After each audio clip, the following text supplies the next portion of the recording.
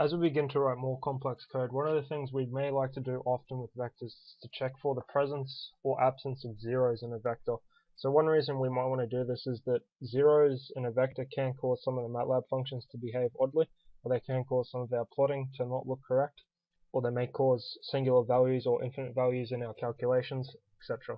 Two ways that we can check for the presence of zeros in a vector are the any and all functions. We'll just have a look at how they work by checking the help. So any will return true if any element of a vector is a non-zero number, while all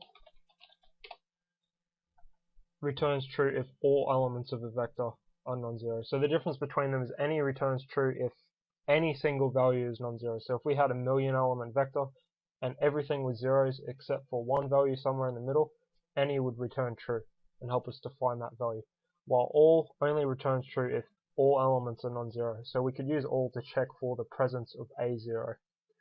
One way to demonstrate the use of these two functions is to make a function which checks for the primality of a number. So if a number is prime, it means it has no factors other than 1 and itself.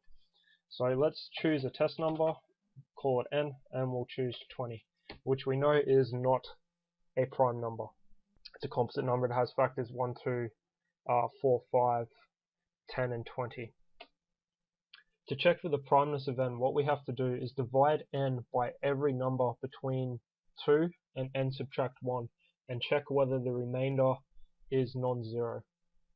So we can generate the vector of test numbers, which we'll call test numbers, which, as I said, goes between 2 and n subtract 1.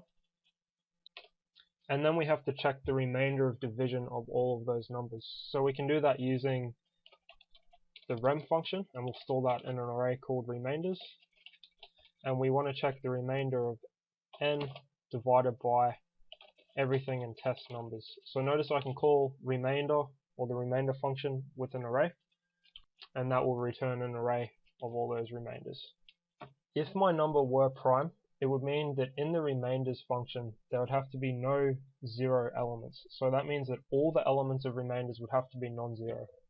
And that's exactly the functionality provided by all. So true if all elements are non-zero.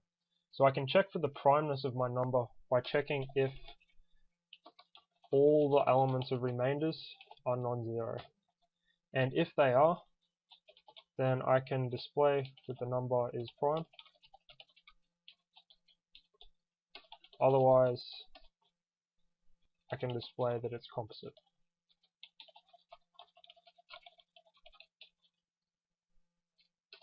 Okay, so if I run that now for 20, I get that the number is composite, which is true for 20. If I test it with a prime number, so 19 is a prime number, I should get that the number is prime.